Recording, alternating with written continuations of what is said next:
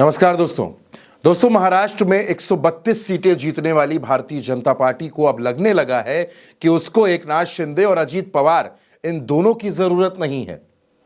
लंबे वक्त से महाराष्ट्र में यह मंथन चल रहा है, यह खींचतान चल रही है कि कौन सा विभाग किसको दिया जाए। महायुति में मोटे तौर पर 3 दल हैं, भारतीय जनता पार्टी, एकनाथ शिंदे की शिवसेना और अजीत पवार की एनसीपी। और अभी तक यह तस्वीर साफ नहीं हो पाई है कि किसको कौन सा विभाग मिलेगा।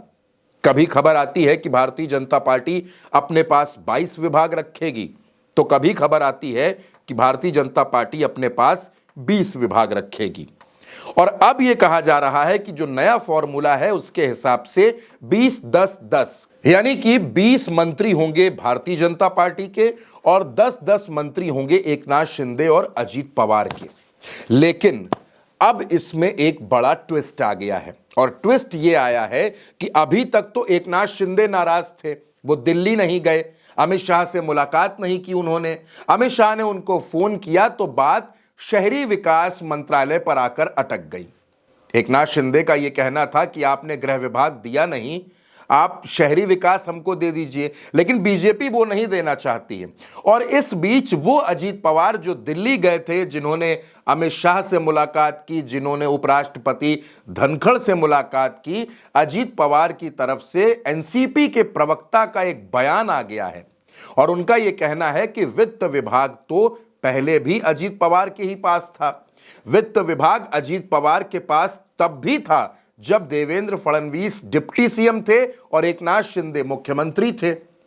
और अजीत पवार ने ही लाडकी बहन योजना और तमाम योजनाओं के लिए वित्तीय प्रबंधन यानी कि फाइनेंशियल मैनेजमेंट इतने तरीके से किया कि कहीं भी कोई परेशानी नहीं हुई। इसलिए हमको वित्त विभाग चाहिए, और अगर वित्त विभाग हमको नहीं मिलता तो फिर ऐसे डिप्टी सीएम बनकर फायदा क्या है।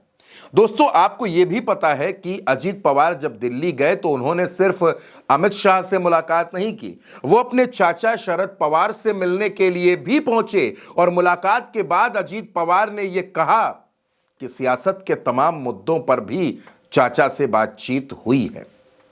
और अब अजीत पवार तेवर दिखा रहे हैं। दरअसल एकनाथ शिंदे जब से नाराज हुए तब से अजीत पवार की पूछ महायुति में ज्यादा होने लगी थी। उनको तमाम मामलों में राहत मिल रही थी। उनकी वो संपत्ति जो अटैच कर ली गई थी छापेमारी के बाद, वो डिफ्रीज कर दी गई। और अब अजीत पवार ये कह रहे हैं कि वित्त विभाग हमको चाहिए, और सिर्फ वित्त विभाग नहीं चाहिए, उसके साथ कई और विभाग भी हैं जिन पर अजीत पवार की नजर है। लेकिन जो पहली शर्त है वो वित्त विभाग की है। अब दोस्तों, इसी तरीके से पहली शर्त रखी थी एकनाथ शिंदे ने गृह विभाग की, बीजेपी ने उसको ठुकरा दिया, और अब अजीत पवार की शर्त भी अटक गई है। ऐसे में एनसीपी को लगने लगा है कि कहीं एकनाथ शिंदे जैसा हाल अजीत पवार का भी ना हो जाए। इस वजह से अभी से एनसीपी के प्रवक्ताओं ने बोलना शुरू कर दिया है कि अजीत पवार के पास तमाम विकल्प हैं। अगर भारतीय जनता पार्टी को यह लगता है कि वो एकनाथ शिंदे की तरह दबकर इस सरकार में रहेंगे तो ऐसा होने वाला नहीं है। यानी दोस्तों, बार बार कोई तारीख बताई जाती है कि उस दिन मंत्रिमंडल का विस्तार हो जाएगा और फिर बात अटक जाती है। अभी तक कहा जा रहा था कि 14 दिसंबर को शपथ ग्रहण होगा, मंत्रियों का विभाग बढ़ जाएंगे, और अब यह कहा जा रहा है कि फाइनल चर्चा जो है विभागों के बंटवारे की वो 14 दिसंबर को होगी। महाराष्ट्र में खबरें यह भी हैं कि 16 दिसंबर से विधानसभा का विशेष सत्र नागपुर में शुरू होगा। लेकिन दोस्तों, अभी तक मंत्रिमंडल का विस्तार नहीं हो सका है। विभागों की लड़ाई बड़ी होती जा रही है, और इस बढ़ती हुई लड़ाई के बीच में अजीत पवार की पार्टी के प्रवक्ता का स्टेटमेंट जलती हुई आग में घी की तरह है। यानी अभी तक तो एकनाथ शिंदे नाराज थे और अब अजीत पवार भी नाराज हो गए हैं।